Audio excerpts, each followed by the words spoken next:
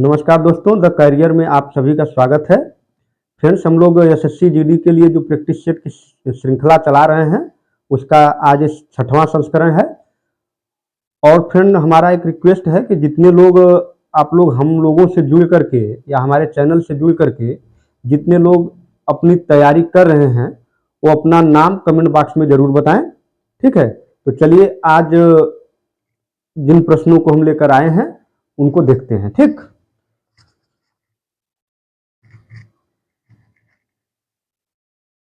महात्मा बुद्ध ने अपना पहला धर्म चक्र प्रवर्तन किस स्थान पर दिया था? लुम्बिनी में, सारनाथ में, पाटलिपुत्र में या वैशाली में? ठीक है, चलिए देखते हैं। सबसे पहले हम आपको महात्मा बुद्ध के बारे में बताते हैं। इनका जन्म 563 ईसा पूर्व में कपिलवस्तु नामक स्थान पर, कपिलवस्तु जो लुम्बिनी इस समय नेपाल में पड़ता है, लुम्बिनी में है, कपिलवस्तु नामक स्थान पर इनका जन्म हुआ। इनके पिता शुद्धोधन वहां के मुखिया थे या राजा थे। ठीक है, इनकी माता का नाम महामाया, क्या नाम है इनका? महामाया, जो इनके जन्म के 7वें दिन ही जिनकी मृत्यु हो गई थी, इनकी माता की मृत्यु हो गई थी। ठीक है, इनका पालन पोषण किसने किया? पालन पोषण इनकी मौसी प्रजापति गौतमी ने किया। ठीक है, 16 वर्ष की, देखिए महात्मा बुद्ध शुरू से ही उनके मन में बैराग टाइप का था। इस बात को देखते हुए राजा परेशान थे कि हमारे राज्य को आगे कौन लेकर जाएगा, या इस इतना बड़ा जो राज्य है उसको कौन चलाएगा। राजा इसलिए परेशान थे और यह सोच करके कि शायद इनका विवाह कर देने से स्त्री आएगी तो स्त्री के मोह माया में पड़ करके इनका जो बैरागी मन है वो थोड़ा सा गृहस्थ आश्रम में लग जाएगा, है ना। ऐसा सोच करके केवल 16 वर्ष की आयु में इनका विवाह कर दिया गया। किससे? यशोधरा से।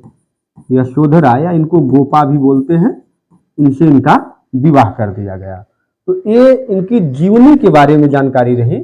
और देखिए इनका जन्म कपिलवस्तु में हुआ, इस बात की जानकारी कैसे मिलती है? इस बात की जानकारी फ्रेंड्स मिलती है अशोक के रुम्मन देई अभिलेख से इस बात की जानकारी मिलती है कि लुम्बिनी में महात्मा बुद्ध की जन्म हुआ था, कपिलवस्तु में इनका जन्म हुआ था। ठीक है, कहां से जानकारी मिलती है फिर? तो अशोक के रुम्मन देई अभिलेख से मिलती है। ठीक, एक बहुत बार प्रश्न पूछा गया है कि रुम्मन देई अभिलेख कहां पे है, तो आप कहां बताएंगे? लुम्बिनी या कपिलवस्तु में। ठीक है, चलिए। और जो लेकिन देखिए विवाह के बाद इनका एक पुत्र भी हुआ, जिसका नाम क्या था? राहुल था। क्या नाम था? राहुल। इनके पुत्र है इनका, जिसका नाम राहुल था। लेकिन जिसका मन पहले ही बैरागी हो, वो कितने दिनों तक मोह माया में पड़ा रहेगा? इनको सारी सुविधाएं राजा महल में ही देते थे। इनको किसी प्रकार से दुखों से सामना न हो सके, ऐसी इस प्रकार की व्यवस्था होती थी। जिस दिन इनकी राज्य में घूमने की इच्छा होती थी तो उस मार्ग को सजा दिया जाता था, झुग्गी झोपड़ियों को जो है हटा दिया जाता था। इस प्रकार की व्यवस्था कर दी जाती थी। ठीक वैसे ही जैसे ट्रंप के आने पर गुजरात में झोपड़ियों के आगे दीवार लगा दी गई, है ना। लेकिन जो बैरागी मन है वो कब तक? एक दिन में घूमने निकले, सौभाग्य से इनको 4 व्यक्ति मिल ही गए। एक बीमार मिला, एक मृतक मिला, एक सन्यासी मिला और एक बूढ़ा व्यक्ति मिल गया। इस प्रकार से इनको 4 व्यक्तियों से मिले। अंत में जो सन्यासी था, इनको बड़ा मन मगन दिख रहा था, तो इनका भी मन हुआ कि हम भी सन्यासी बन जाएं। तो 29 वर्ष की अवस्था में 29 वर्ष की अवस्था में एक रात्रि को इन्होंने पुत्र को सोता हुआ छोड़कर, पुत्र और पत्नी को सोता हुआ छोड़ करके ये सत्य की खोज में निकल पड़े या ज्ञान की खोज में निकल पड़े। ज्ञान की खोज में, ज्ञान की खोज में निकलने के पश्चात इन्होंने, एक गुरु थे अलार कलाम, अलार कलाम, यह भी कई बार पूछा गया है कि बुद्ध के प्रथम गुरु के रूप में कौन थे? अलार कलाम थे। ये सांख्य दर्शक, सांख्य दर्शन के ज्ञाता थे, सांख्य दर्शन वाले व्यक्ति थे। ठीक है, अलार कलाम उनसे दीक्षा ली, लेकिन उनसे संतुष्ट नहीं हुए, है ना। तो अपने आप ही ये चल गए, कठिन तपस्या करने लगे जाकर के। अंततः तपस्या करते करते इनका शरीर जो हो गया वो क्षीण हो गया। और एक चीज मैं बता दूं कि जो ये घर से निकले हैं, गृह त्याग को, कई बार प्रश्न पूछा गया है कि गृह त्याग को क्या कहा जाता है?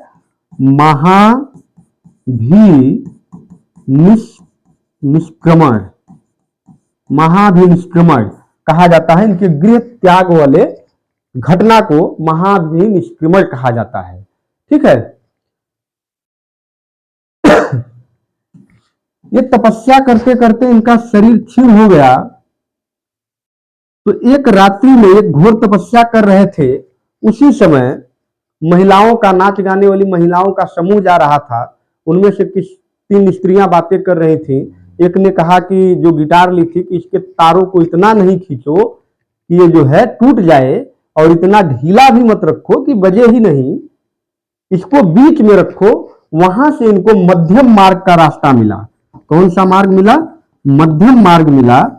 और अंततः इनको ज्ञान की प्राप्ति निरंजना नदी के तट पर, निरंजना नदी के तट पर एक पीपल वृक्ष के नीचे, पीपल के वृक्ष के नीचे इनको ज्ञान की प्राप्ति हुई। और जो बचपन में इनका नाम, मैंने शायद नहीं बताया, बचपन में इनका नाम क्या था? सिद्धार्थ था। और यहां से, सिद्धार्थ से ये बुद्ध कहलाए। बुद्ध अर्थात जागा हुआ, है ना।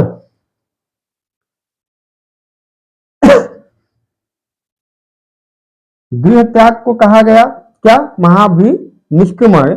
जन्म से जो इनका जोड़ा जाता है, कमल चिन्ह को जोड़ा जाता है, कमल। और मृत्यु से जोड़ा जाता है क्या? घोड़ा, है ना, घोड़ा।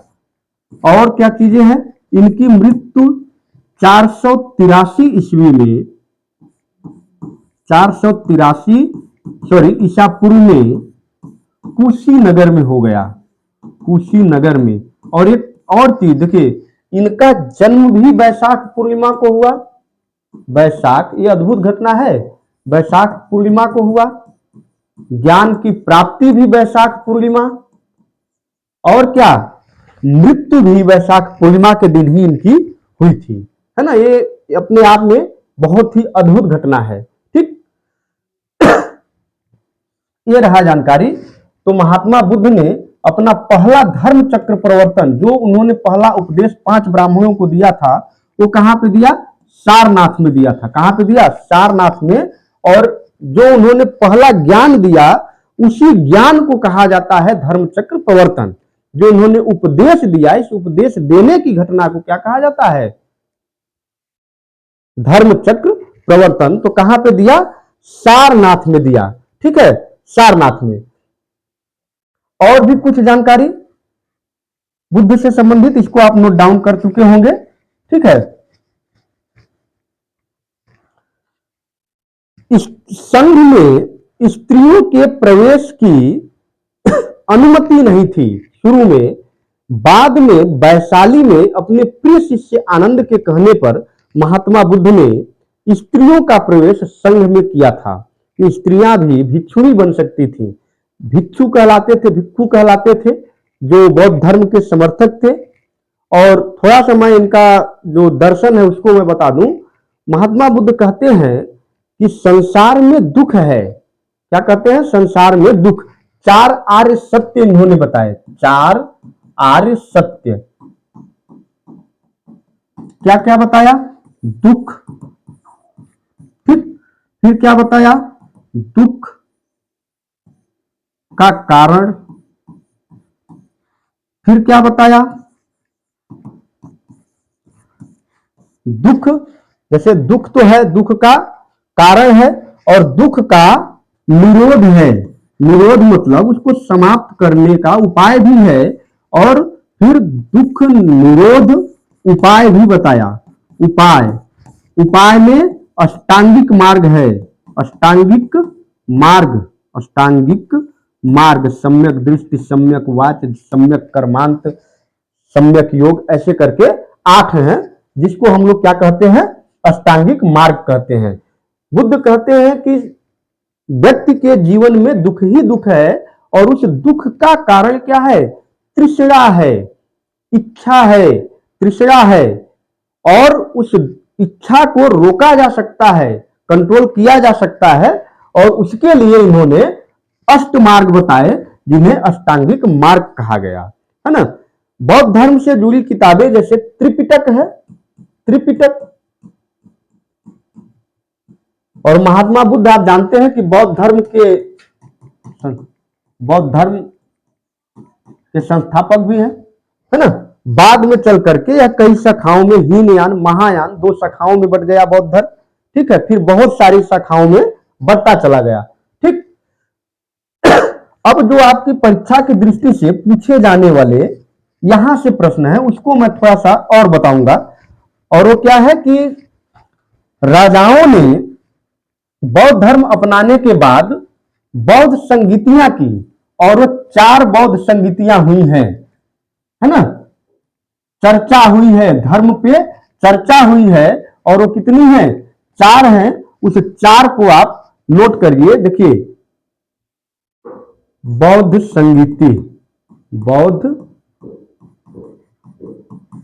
संगीति, ठीक है। तो अब इसमें हम क्या क्या बताएंगे कि कौन कौन सा जगह पे कहां है, जगह कौन सा है। देखिए, प्रथम बौद्ध संगीति, प्रथम बौद्ध संगीति कहां पे हुई? ये हुई 483 ईसा पूर्व में। किसने करवाई? अजात शत्रु ने। अजात शत्रु। कहां पे? राजगृह, राजगृह गुफा, सप्तपर्णी, सप्तपर्णी गुफा राजगृह में। और आप जानते हैं कि अजात शत्रु हर्यक वंश का शासक है। हर्यक वंश का, पिछले वीडियो में मैंने बताया है, हर्यक वंश का शासक है। और क्या है? अध्यक्षता किसने की? महाकश्यप, महाकश्यप ने। ठीक है। दूसरी बौद्ध संगीति 383 ईसा पूर्व। कालाशोक राजा है। वंश कौन सा है? शिशुनाग वंश, शिशुनाग है, शिशुनाग वंश का यह शासक है। ठीक है। और जगह कहां पे है? वैशाली, वैशाली में करवा रहा है। ठीक। और अध्यक्ष कौन है? सबक कमीर, या सब कामी भी इसको बोलते हैं, अध्यक्षता कर रहा है। ठीक है। इसके बाद तीसरी बौद्ध संगीति जो सबसे महत्वपूर्ण है, तीसरी बौद्ध संगीति कौन करवा रहा है? 283 ईसा पूर्व में हो रही है। 100 वर्षों का अंतराल है ना। 283 नहीं, 251 होना चाहिए था।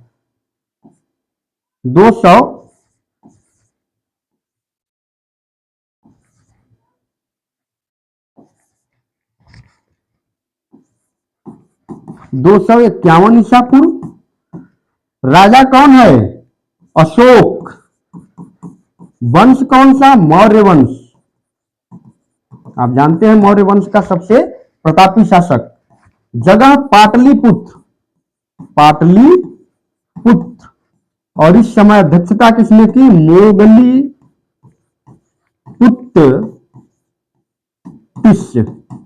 मोगलीपुत्र तिस। फिर चतुर्थ बौद्ध संहिता होती है। चतुर्थ बौद्ध संहिता कब हुई? प्रथम ईस्वी में। कौन करवाया? कनिष्क। किस वंश का शासक है? कुषाण। कुषाण वंश का शासक है। कहां पे हुआ? कुंडल वन में। कुंडल वन कश्मीर में। कुंडल वन कश्मीर। और इसकी अध्यक्षता की वसुमित्र ने। किसने? वसुमित्र। लेकिन इसकी विशेषता एक और है, इसके उपाध्यक्ष भी थे। उपाध्यक्ष कौन थे? अश्वघोष। अश्वघोष। ठीक है। लगभग बौद्ध धर्म से पूछी जाने वाली जितनी जानकारियां या जहां से प्रश्न आपके परीक्षा में पूछे जा सकते हैं, उन सबको हमने बताने का प्रयास किया है। ठीक है। जैसे कुछ ग्रंथों को भी मैं बता देता हूं। अगुत्तर निकाय किस धर्म से जुड़ा ग्रंथ है? बौद्ध धर्म से। दीपवंश, महावंश ये सिंहली ग्रंथ है। ये कहां है? ये दोनों ही इसी के हैं। और क्या? त्रिपिटक। त्रिपिटक है, इसमें सुत्त पिटक, विनय पिटक और धम्म पिटक तीन है। ठीक है। सुत्त पिटक, ध्यान से सुनिए, सुत्त पिटक, विनय पिटक और धम्म पिटक तीन है इसमें त्रिपिटक में। ठीक है। और इसके अलावा जातक कथा भी किससे जुड़ा है? जातक कथा ये भी बौद्ध धर्म से जुड़ा हुआ है। ठीक है। तो ये जितनी जानकारी संभव हो सकी, जो परीक्षा की दृष्टि से आपके लिए महत्वपूर्ण है, उसको हमने बताई। ठीक है। चलिए आगे बढ़ते हैं। अब भारत के प्रमुख स्टेडियम में से एक नरेंद्र मोदी क्रिकेट स्टेडियम कहां स्थित है? नई दिल्ली, अहमदाबाद, बड़ौदा, सूरत। तो कहां पे स्थित है? अहमदाबाद में स्थित है। कहां पे? अहमदाबाद में। देखिए, नरेंद्र मोदी क्रिकेट स्टेडियम इसकी स्थापना 1982-83 में मोढेरा जगह जो एक्चुअल में जो स्थित है वो कहां पर है? मोढेरा में है। मोढेरा स्टेडियम के नाम से इसको काफी लंबे समय तक जाना गया। इसके बाद फिर क्या बना? सरदार पटेल स्टेडियम के नाम से। सरदार पटेल स्टेडियम के नाम से बना। विश्व का सबसे बड़ा क्रिकेट स्टेडियम है दर्शक क्षमता के अनुसार। ठीक है। दर्शक क्षमता इस समय इसकी कितनी है? 1.32 लाख। 1,32,000 दर्शक क्षमता है इसकी। ठीक है। 24 फरवरी 2020 को एक कार्यक्रम होता है, नमस्ते ट्रंप। अभी मैंने पिछले क्वेश्चन में ही ट्रंप साहब का नाम लिया है ना। नमस्ते ट्रंप। ट्रंप भारत में आते हैं और कार्यक्रम रखा जाता है क्या? नमस्ते ट्रंप। और आप अनुमान लगा सकते हैं कि ट्रंप के साथ कौन होंगे? आपके यशस्वी प्रधानमंत्री जी, है ना, नरेंद्र मोदी जी। तो नरेंद्र मोदी और डोनाल्ड ट्रंप जो अमेरिका के राष्ट्रपति थे, उन्होंने मिलकर के इसका उद्घाटन किया। किस नाम से? सरदार पटेल स्टेडियम के नाम से। लेकिन 24 फरवरी 2021 को इसका नाम बदल करके प्रधानमंत्री जी के नाम पर रख दिया गया। इसका नाम क्या हो गया? नरेंद्र मोदी स्टेडियम। नरेंद्र मोदी स्टेडियम। और पैट कमिंस का वो स्पीच 18 नवंबर 2023 का कौन भूल सकता है कि भारत की 140 करोड़ जनता को मैं चुप करा दूंगा। इसी स्टेडियम पे आपके प्रधानमंत्री जी भी गए थे। विश्व कप फाइनल, वनडे विश्व कप 2023 का फाइनल खेला गया, जिसमें ऑस्ट्रेलिया जो है ऑस्ट्रेलिया जीती। कब खेला गया? 19 नवंबर को खेला गया, 19 नवंबर 2023 को खेला गया। ऑस्ट्रेलिया जीती, भारत उपविजेता था। उपविजेता कौन था? भारत था, है ना। ठीक है, तो एक कुछ जानकारी थी इस स्टेडियम के बारे में। 42वां संविधान संशोधन अधिनियम किस वर्ष में पारित किया गया था? 1976, 1998, 1978, 1986। इसका उत्तर है ए, 1976 में। 42वें संविधान संशोधन को लघु संविधान कहा जाता है। लघु संविधान आप क्यों कहा जाता है? क्योंकि इसमें ढेर सारे परिवर्तन आप किया गया था। और कब किया गया था? 1976 में किया गया था। 1976 में आपातकाल के दौरान उस समय प्रधानमंत्री कौन थे? इंदिरा गांधी। इंदिरा गांधी जी ने 42वां संविधान संशोधन लाया। इसके तहत आपकी प्रस्तावना में 3 शब्द जोड़े गए। कौन कौन से? समाजवादी। समाजवादी प्रस्तावना में शब्द जोड़े गए हैं। प्रस्तावना में कौन कौन से? समाजवादी, और क्या चीज? अखंडता, और क्या? धर्मनिरपेक्षता। ये 3 शब्द जोड़े गए। इसके बाद मौलिक कर्तव्य भी आया इसमें। 51A को जोड़ा गया। नीति निर्देशक शक्तियों को जो है और ज्यादा उसको प्रभावी कर दिया गया, नीति निर्देशक शक्तियों को। और संविधान संशोधन की जो न्यायिक प्रक्रिया से उसको, संविधान संशोधन को न्यायिक प्रक्रिया से बाहर कर दिया गया। क्या था कि संविधान पहले अगर संशोधन होता था तो न्यायालय उसकी जांच करती थी कि क्या है, लेकिन इस संशोधन के द्वारा क्या कर दिया गया? उसे न्यायिक प्रक्रिया से ही बाहर कर दिया गया। और संविधान संशोधन की जो प्रक्रिया है, संसद के पास है शक्ति। संसद के पास 368 अनुच्छेद 368 में इसका प्रावधान किया गया है 20वें भाग में, है ना। तो एक चीज इसमें और हुआ कि राष्ट्रपति को कैबिनेट का सलाह मानने के लिए बाध्य कर दिया गया। ये बहुत बड़ा परिवर्तन था। अब कुल मिलाकर के प्रधानमंत्री पूर्ण रूप से अपनी जो है एकदम पावर दिखाना चाह रहा है कि सर्वे सर्वा कौन होगा पावर में? वो अब केवल प्रधानमंत्री होगा। राष्ट्रपति का यहां पे केवल अब कठपुतली का रोल रह जाएगा, है ना। क्यों? क्योंकि मंत्री परिषद का सलाह मानने के लिए बाध्य कर दिया गया किसे? राष्ट्रपति को, कि आपको मानना ही पड़ेगा, है ना। तो ये था 42वां संविधान संशोधन जो 1976 में किया गया। वह सबसे शक्तिशाली हथियार कौन सा है जो संसद को कार्यकारी जवाबदेही सुनिश्चित करने में सक्षम बनाता है? अच्छा प्रश्न है, ध्यान दीजिएगा।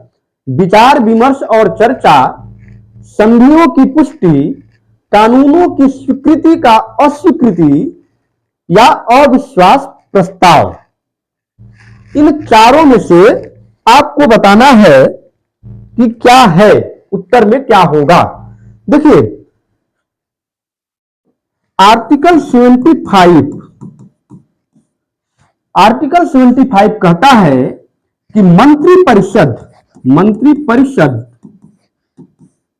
परिषद लोकसभा के प्रति उत्तरदायी है। लोकसभा के प्रति क्या है? उत्तरदायी है। ठीक है। और अगर आप समझिए कि अगर लोकसभा ही गिर जाए तो क्या ये मंत्री परिषद रह पाएगा? बिल्कुल नहीं रह पाएगा। तो लोकसभा भंग कैसे होगी?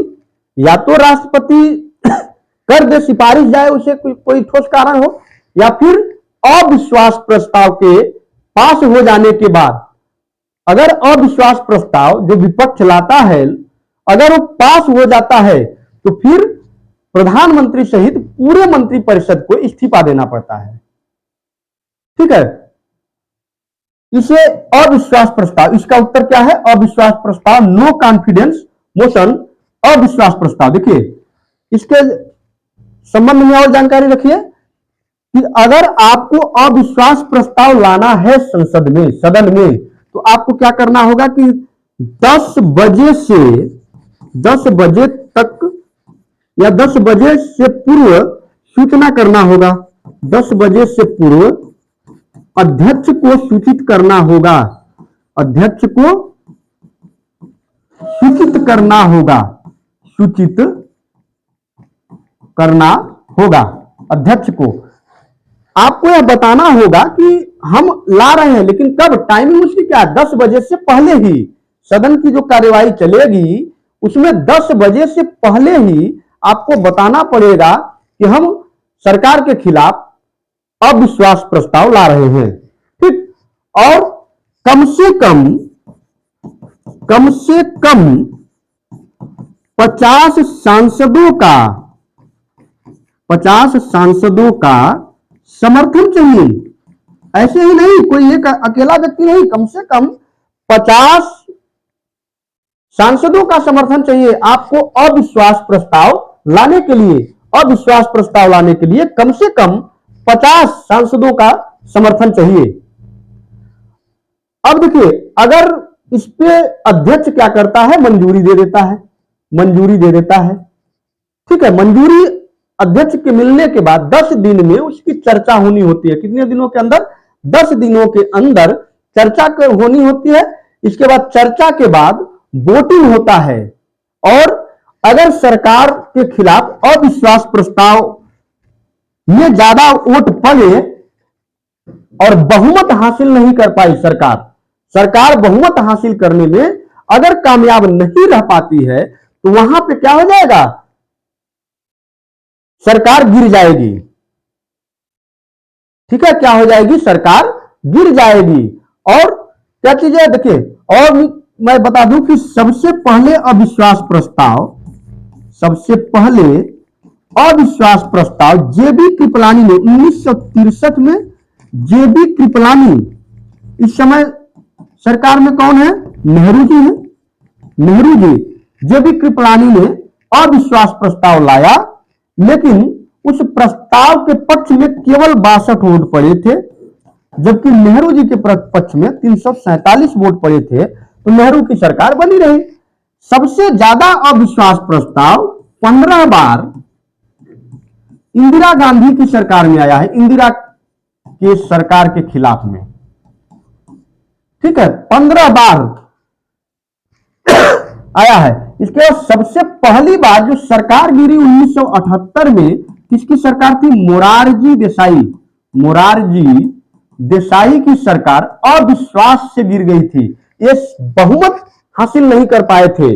और आप जानते हैं कि ये कैसे प्रधानमंत्री चौधरी चरण सिंह, जो एक भी दिन कार्यवाही में, मंत्रिपरिषद की कार्यवाही में भाग नहीं ले पाए थे, उनकी सरकार भी कैसे गिर गई थी, अविश्वास प्रस्ताव से गिर गई थी। अटल बिहारी की सरकार प्रस्ताव से गिरी, आई.के. गुजराल, वीपी सिंह, है ना, पीवी नरसिम्हा राव, एच.डी. देवगौड़ा, आप देखेंगे तो कई ऐसे प्रधानमंत्री रहे हैं जिनकी सरकार जो है कैसे गिरी है, अविश्वास प्रस्ताव से। तो शक्तिशाली सबसे हथियार कौन सा है, सबसे शक्तिशाली हथियार अविश्वास प्रस्ताव है।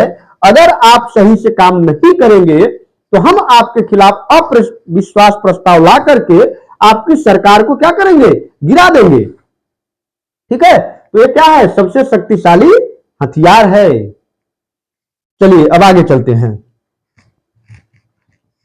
निम्नलिखित में से किसने अश्व शक्ति की एक इकाई स्थापित की, जो एक घोड़े द्वारा 1 मिनट में 33,000 फुट पाउंड काम करने के बराबर है? James Watt, James Dwight Dana, James Black या जेम्स क्राल? देखिए इसका उत्तर कौन सा है, जेम्स वाट। ठीक है, जेम्स वाट आप जानते हैं कि भाप के इंजन के भी जेम्स वाट, भाप के इंजन को भी इन्हीं ने बनाया, है ना, भाप के इंजन को भी बनाने वाले।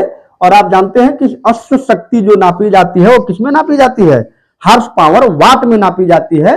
और उसके जो बराबर है उसने किसने स्थापित की, जेम्स वाट ने की थी। ठीक है, जेम्स वाट। ठीक, आगे चलते हैं। एसएचजी बैंक लिंकेज आंदोलन के महत्वपूर्ण लक्ष्य का नेतृत्व आरबीआई के समर्थन से ने किया था।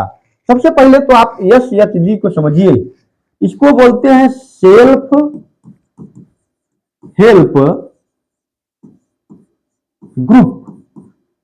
ये क्या है? स्वयं सहायता समूह। ठीक है, महिलाओं को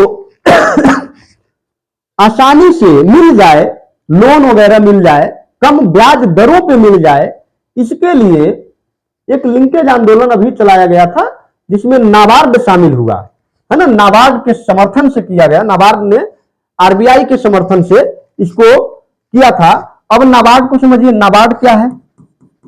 नाबार्ड कृषि क्षेत्रों में ऋण देने वाला है ना। नेशनल बैंक फॉर, इसका फुल फॉर्म भी कई बार पूछा है, तो इसका फुल फॉर्म लिखिए, नेशनल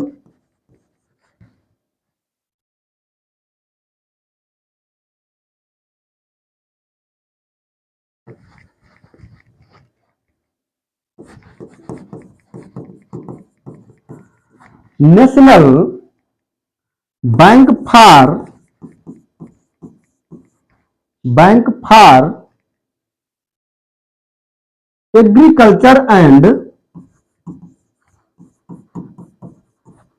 एग्रीकल्चर एंड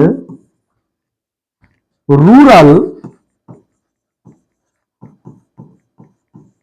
डेवलपमेंट। ठीक है, national bank for agriculture and rural development. ठीक है, स्थापना इसकी 12 जुलाई 1982 की। मुख्यालय कहां पे? मुंबई। कहां पे? मुंबई में इसका मुख्यालय है। ठीक है, इस समय Madhavi Puri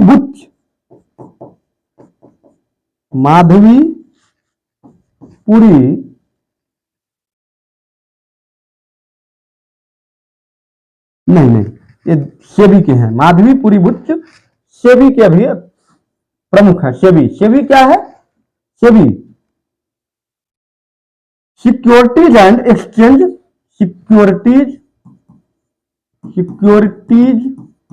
and exchange board of India, इससे भी है। ठीक है, ये क्या करता है कि ऐसे किसी भी 12 अप्रैल 1928 को इसकी संरचना हुई।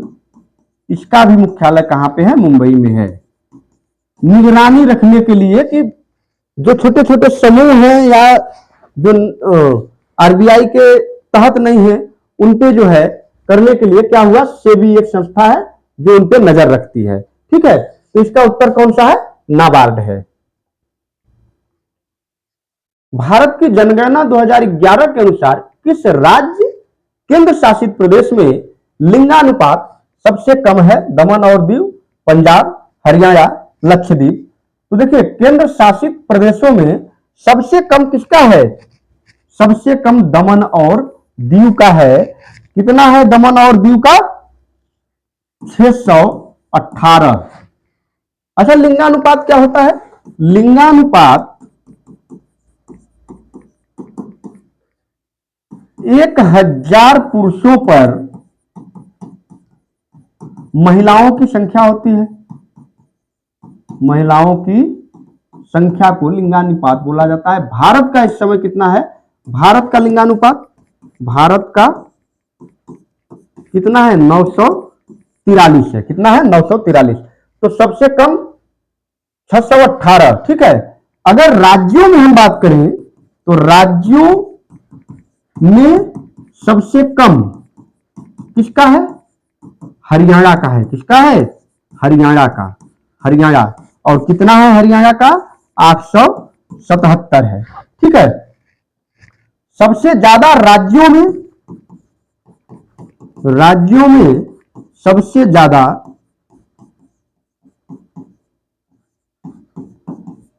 कितना है? केरल का है 1084। ठीक है, अगर केंद्र शासितों में हम सबसे ज्यादा की बात करें तो रहा सबसे कम, तो ज्यादा किसका है? पुदुचेरी का है। पुदुचेरी का कितना है? 1037 है, 1037। ठीक है, चलिए। भारत की जलवायु का वर्णन करने के लिए प्रयुक्त सामान्य शब्द क्या है? रेगिस्तान जलवायु, ध्रुवीय जलवायु, शुष्क जलवायु या उष्णकटिबंधीय जलवायु। चलिए, भारत की जो जलवायु है, देखिए इसमें कई जलवायु का मिश्रण है। अल्पाइन भी पाया जाता है, शुष्क भी है, आर्द्र भी है, नमी भी है ना। लेकिन कुल मिलाकर के जो भारतीय जलवायु है वो उष्णकटिबंधीय मानसूनी है। कैसी है? उष्णकटिबंधीय मानसूनी है। क्यों है? क्योंकि देखिए, अगर इसकी हम बात करें, पृथ्वी है और ये क्या है? इक्वेटर है। इक्वेटर है, आप जानते हैं, ठीक है, 0 डिग्री। तो इसमें और इसमें जो ट्रॉपिक ऑफ कैंसर है, जो कर्क रेखा है और क्या है? मकर रेखा, इनके बीच जो पाया जाएगा उसको हम क्या कहते हैं? उष्णकटिबंध। कटिबंध बोलते हैं इसको, उष्णकटिबंध। तो भारत यहां पे स्थित है, तो ज्यादातर भाग आप जानते हैं कि जो ट्रॉपिक ऑफ कैंसर है वो भारत के 8 राज्यों से होकर गुजरती है। तो भारत यहां पे अगर है, इस जगह पे अगर भारत है, तो इसका मतलब क्या है कि भारत में उष्णकटिबंधीय जो दक्षिण की जलवायु है या जो उत्तर पूर्व की जलवायु है वो कैसी है? उष्णकटिबंधीय है, शुष्क है। ठीक, लेकिन शुष्क नहीं, ये उष्ण है। ऊपर यहां पे नमी वाली है, उसके बाद ऊपर जैसे राजस्थान की जलवायु कैसी है?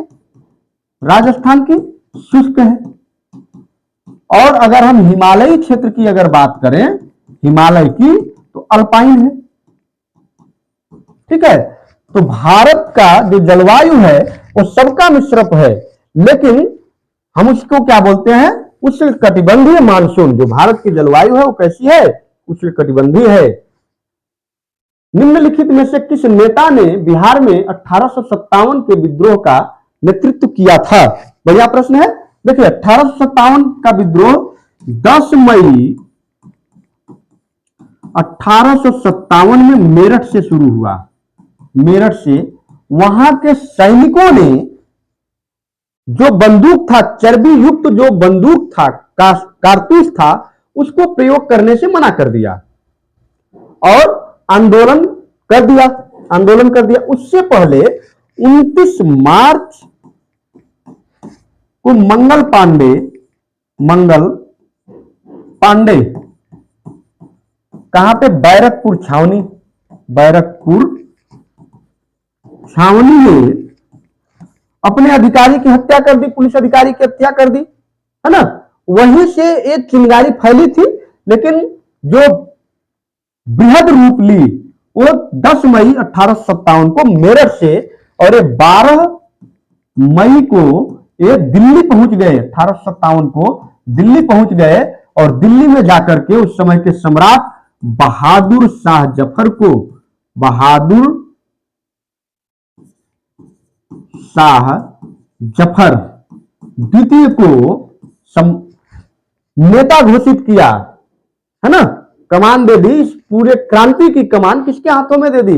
नेता की। ठीक है, नेता बन गए, इसकी अगुवाई करने वाले बन गए। ठीक, इसके अलावा हम आपको बताते हैं कि सॉरी, इस समय भारत का गवर्नर जनरल कौन है? गवर्नर जनरल कौन है? लॉर्ड कैनिंग है। ध्यान रखिएगा, लॉर्ड कैनिंग है। ठीक, और मैं बताता हूं कि अच्छा, ये क्या था बिहार में? तो बिहार में कुंवर सिंह ने किया। कहां पे किया? जगदीशपुर आरा, यहां पे इन्होंने नेतृत्व किया। किसने? कुंवर सिंह ने। इसके अलावा कुछ जगहों का मैं नाम, जैसे झांसी, ठीक है, कानपुर, ठीक, फैजाबाद, लखनऊ, ये जो महत्वपूर्ण जहां पे आंदोलन हुए हैं, ठीक है।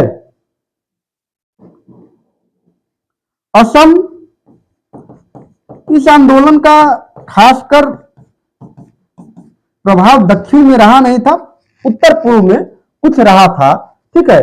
फतेहपुर, चलिए पहले झांसी लक्ष्मीबाई जानते ही हैं, लक्ष्मीबाई जानते ही हैं। कानपुर नाना साहब, नाना साहब, और कौन साथ में, तात्या टोपे, तात्या टोपे आप जानते ही हैं। फैजाबाद में मौलवी अहमदुल्ला, मौलवी अहमदुल्ला, कहां पे, फैजाबाद में। लखनऊ में बेगम हजरत महल, बेगम हजरत महल किसके नाम पर, बिरजिश कादिर के नाम पर, उनका पुत्र था, उन्हीं के नाम पे आंदोलन की। असम में मनीराम दीवान, मनीराम दीवान, ठीक है। तो ये कुछ प्रमुख आंदोलन जहां जहां जिन जिन जगहों पे हुए थे ये था, ठीक है। चलिए अब आगे बढ़ते हैं। उम्मीद है आपको अच्छा लग रहा होगा वीडियो, अंत तक बने रहेंगे, आपके काम की चीजें निकलेंगी, ठीक है। किस भारतीय संगीतकार हस्ती का जन्म स्थान पश्चिम बंगाल है? बप्पी लहरी, ओपी नैयर, इलैयाराजा, नौशाद। देखिए आप अगर नाम से परिचित होंगे तो इनको बप्पी दा बोलते हैं, और दा किस कहां पे बोलते हैं, पश्चिम बंगाल में। तो ये कौन से हो गए, बप्पी लहरी, भारत के प्रसिद्ध संगीतकार, है ना, जो खूब माला वाला पहने रहते थे। अभी 2022 में इनकी मृत्यु हो गई 79 वर्ष की अवस्था में, है ना। ओपी नैयर लाहौर पाकिस्तान में, लाहौर पाकिस्तान में। और क्या, इलैयाराजा, इलैयाराजा तमिलनाडु, तमिलनाडु। नौशाद लखनऊ, ठीक है। तो इनके जन्म स्थान हैं, ठीक है। ये सभी के सभी क्या हैं, भारतीय संगीतकार हैं। दंडारी नृत्य मंडलिया, कोमल और राजगोंड जनजातियों की भागीदारी के साथ एक पखवाड़े तक दिवाली के त्योहार के दौरान का प्रदर्शन करती है। देखिए एक तेलंगाना में किया जाने वाला एक नृत्य है जिस पर डंडे से तब थाप दिया जाता है, डंडे से थाप दे करके ये नृत्य करते हैं। और एक जनजाति है गोंड जनजाति, गोंड जनजाति वो करती है, ठीक है। और इसमें घुसाड़ी का प्रदर्शन किया जाता है, एक प्रकार का कला है। नर्तक हिरण का खाल पहन करके नाचते हैं, ठीक है। तो ये घुसाड़ी, तो इसका उत्तर सी है, ठीक। का शाब्दिक अर्थ है जादूगरनी का नृत्य। यह भारतीय शास्त्रीय नृत्य प्रदर्शनों की सूची में सबसे आकर्षक नृत्य शैली में से एक है। भरतनाट्यम, कच्चीपुड़ी, कथकली या मोहिनीअट्टम। हमने शायद इससे पहले वाले वीडियो में, एक दो पहले वाले वीडियो में मैंने बता रखा है कि मोहिनी नाम से ही मोह लेना, मन मोह लेना, नाम से ही प्रतीत है भाई। जादूगरनी, मन को ही तो मोहती है जादूगरनी, जादू मार देगी, आपका मन जो है भ्रमित हो जाएगा। तो मोहिनी अट्टम है ये, भगवान के, विष्णु भगवान के जो मोहिनी रूप है उसी पर आधारित नृत्य है। भस्मासुर को उन्होंने कैसे फंसाया, मोहिनी का रूप धारण करके फंसाया था। आप जानते हैं ना, शिव से वरदान मांगा कि जिस पे मैं हाथ रखूं वो भस्म हो जाए। अब शिव जी तपस्या इतना किया, शिव फंस गए, और अक्सर देवता फंसी जाते हैं, आप जानबे करते हैं, भक्ति में फंस गए बेचारे। अब वरदान तो दे दिए, तो ये क्या किया कि अब दूसरे को ढूंढने के बजाय उन्हीं को कहा कि इन्हीं पे आजमाते हैं, सही है कि नहीं है। तो आजमाने लगा उन्हीं पे, तो भागे, भागते चले जा रहे हैं। सब तीनों लोगों में त्राही त्राही हो रहा है। विष्णु भगवान के यहां सूचना गई तो रूप बदलने में माहिर, रूप बदले, स्त्री का रूप धारण किए, मोहिनी बने, उसको अपने जाल में फंसाया, नृत्य करवाया, और जैसे ही इसमें ऐसे धर के नाचा जाता है, ऐसे हाथ सिर पे रखा जाता है, और जैसे ही उसने सिर पे अपने हाथ रखा, तो सिर पे हाथ रखने का तो वरदान ही था कि मरोगे, जैसे ही रखा वो मर गया, है ना। तो ये मोहिनी अट्टम है, कथकली, और ये दोनों नृत्य कहाँ के हैं? केरल के हैं, ध्यान रखिएगा, केरल के हैं। कच्चीपुड़ी आंध्र प्रदेश का है, आंध्र प्रदेश। भरतनाट्यम तमिलनाडु का शास्त्रीय नृत्य है, तमिलनाडु का। ये चारों शास्त्रीय नृत्य ही है, तमिलनाडु का शास्त्रीय नृत्य है भरतनाट्यम, ठीक है। श्री जगन्नाथ जी मेला में आयोजित किया जाता है संभलपुर, कटक, जयपुर, अलवर। देखिए संभलपुर नहीं, जयपुर नहीं, अलवर नहीं, क्यों? क्योंकि ये तीनों राजस्थान के शहर हैं। ये कटक बचता है तो कटक उत्तर हो गया क्योंकि उड़ीसा में है, और श्री जगन्नाथ मंदिर कहाँ है? उड़ीसा, उड़ीसा भुवनेश्वर में है ना, भुवनेश्वर में। ये कब किया जाता है? मेला, मेला का आयोजन कब किया जाता है? रथ यात्रा के दौरान, रथ यात्रा के दौरान इस मेले का आयोजन किया जाता है, जो कटक उड़ीसा में किया जाता है, ठीक है। ध्यान दीजिएगा, बहुत ज्यादा कठिन है नहीं। जगन्नाथपुरी मंदिर कहां पे है? उड़ीसा में है, आप जानते ही हैं, ठीक।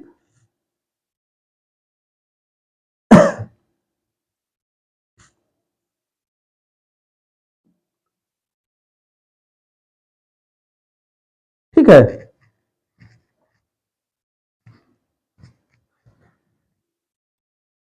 ठीक है, चलिए आगे बढ़ते हैं। भारत सरकार अधिनियम 1935 के बारे में निम्नलिखित कथनों पर विचार कीजिए। अब क्या है? यह अधिनियम ब्रिटिश संसद द्वारा अधिनियमित किया गया था। इस अधिनियम को भारत और बर्मा सरकार के लिए दो अलग अलग अधिनियमों में विभाजित किया गया था। यह अधिनियम 1 अप्रैल 1935 से प्रारंभ किया गया था। चलिए देखते हैं कि क्या क्या है 1935 के अधिनियम में। 1935 का अधिनियम, आराम से पढ़िए, मजा आएगा, है ना। देखिए पहली बात तो 1935 का जो अधिनियम था वो अगस्त में पारित हुआ था। कब हुआ था? अगस्त में। ये तो गलत हो गया ना तीसरा वाला, क्योंकि अप्रैल कह रहा है, ठीक। यह अधिनियम ब्रिटिश संसद, बिल्कुल उस समय ब्रिटिश संसद ही तो थी, तो ये सही है, ब्रिटिश संसद ने पारित किया था। इस अधिनियम को भारत और बर्मा सरकार के लिए, इसी अधिनियम के माध्यम से बर्मा भारत से अलग हो गया, बर्मा भारत से अलग हो गया, अलग हो गया। ये बहुत बड़ा था, समझ रहे हैं ना, सबसे लंबा अधिनियम था ये 1935 का अधिनियम, तो ये भी सही है। तो इसका उत्तर कौन सा हो जाएगा? 1 और 2, 3 तो गलत है ना, 1 और 2। इसमें अन्य प्रावधान क्या थे? इसमें एक संघीय न्यायालय का, संघीय न्यायालय की स्थापना की गई, और क्या? प्रत्यक्ष चुनाव कराने की बात कही गई, प्रत्यक्ष चुनाव। इसी के बाद 1937 में चुनाव हुआ, जिसमें कई जगहों पे कांग्रेस ने सरकार बनाई थी, है ना। तो प्रत्यक्ष चुनाव कराया गया, ठीक है, प्रत्यक्ष चुनाव की बात कही गई।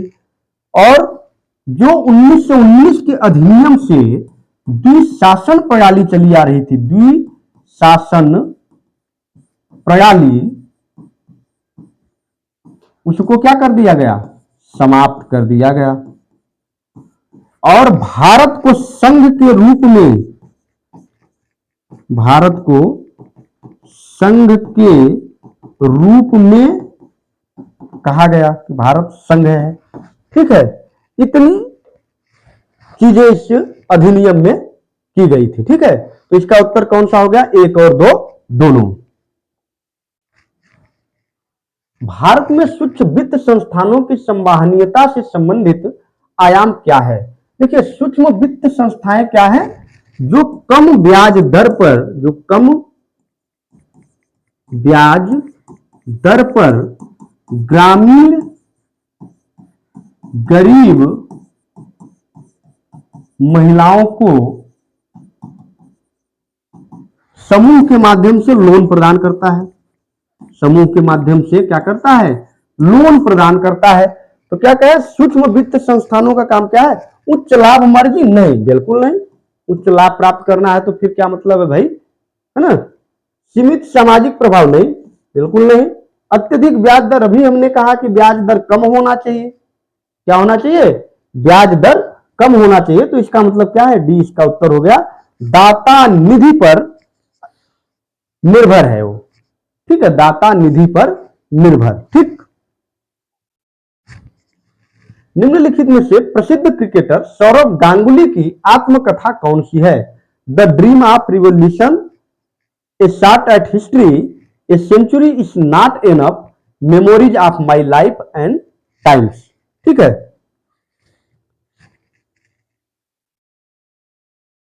देखिए, द ड्रीम ऑफ रिवॉल्यूशन, ये विमल प्रसाद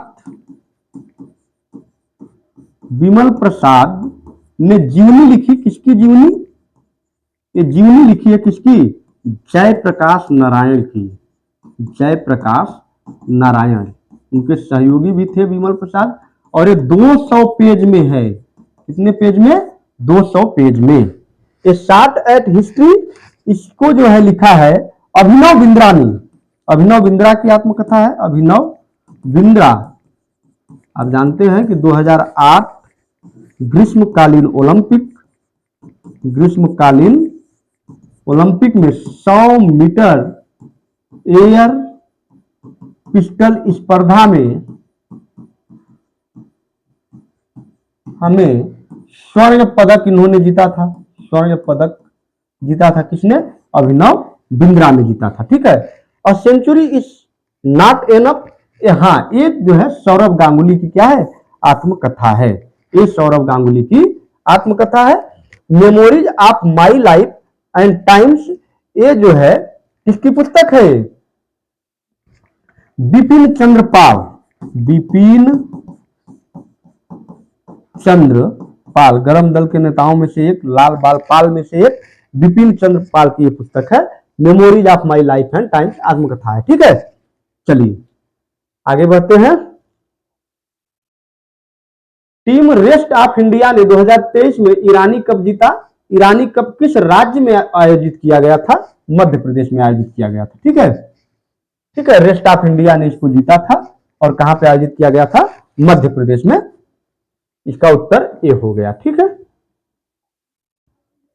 भारत सरकार द्वारा ग्रामीण युवकों को स्वरोजगार हेतु प्रशिक्षण योजना किस वर्ष शुरू की गई थी? 1991, 1979, 1965, 2000। 1979 में युवकों के जो स्वरोजगार हेतु एक योजना चलाई गई थी, जिसका नाम क्या था? प्रशिक्षण योजना। उनको प्रशिक्षित करना, किसी भी कार्यों के लिए उनको प्रशिक्षण देना, जिस योग्य वह बने, कि वह किसी न किसी योग्य बन जाए जिससे उनको रोजगार मिल सके। तो यह योजना 1979 में चलाई गई थी। ठीक है, चलिए, मेजर ध्यानचंद पुरस्कार किस क्षेत्र में दिया जाता है? साहित्य, कला, संगीत, खेल। आप जानते हैं कि मेजर ध्यानचंद को हॉकी का जादूगर कहा जाता है।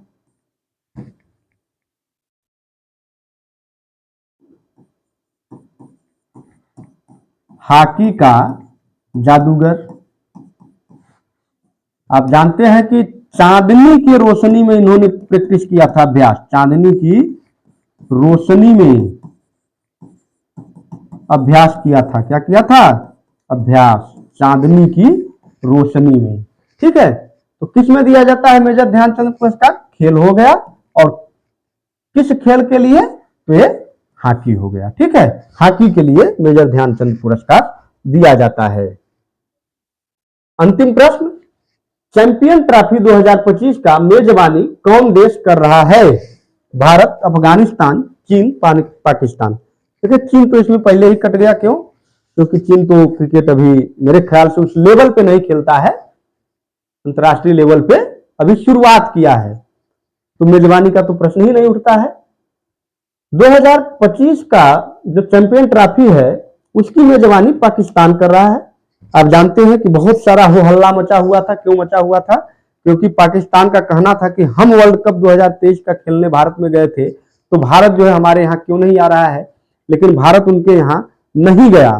ठीक है, भारत उनके यहाँ खेलने नहीं गया, नहीं जाएगा। मतलब भारत के जो मैच होंगे वो तटस्थ वेन्यू पे होंगे, तटस्थ वेन्यू पर होंगे। और वो कहां पे होंगे? यूएई में, संयुक्त अरब अमीरात में। जो भारत के मैच होंगे वो कहां पे होंगे? संयुक्त अरब अमीरात में होंगे। अगर भारत फाइनल में जब पहुंचता है तो फाइनल मैच भी कहां होगा? यूएई में होगा। अगर भारत नहीं पहुंचता है फाइनल में तो लाहौर में खेला जाएगा। ठीक है, 2025 का चैंपियन ट्रॉफी, इससे पहले वाला चैंपियन ट्रॉफी 2017 में, उसका फाइनल आप जानते हैं कि भारत और पाकिस्तान के बीच हुआ था। भारत और पाकिस्तान के बीच, जिसमें पाकिस्तान जीता था। वैसे आईसीसी के टूर्नामेंट हमसे पाकिस्तान मैच जीत नहीं पाता है, लेकिन इक्का दुक्का अपवाद है जहां पे पाकिस्तान जीत गया है। तो ये पाकिस्तान है, इस बार का मेजबान चैंपियन ट्रॉफी का कौन सा है? पाकिस्तान है। तो ये थे हमारे आज के 20 प्रश्न। उम्मीद है आपको अच्छा लगा होगा, और अच्छा लगा हो तो वीडियो के लास्ट में आप कमेंट जरूर करें, और वीडियो को शेयर, लाइक और सब्सक्राइब करें। और साथ ही कमेंट में यह बताएं कि कितने लोग जुड़ करके आप हमसे या हमारी टीम से अपनी परीक्षा की तैयारी कर रहे हैं। ठीक है, धन्यवाद।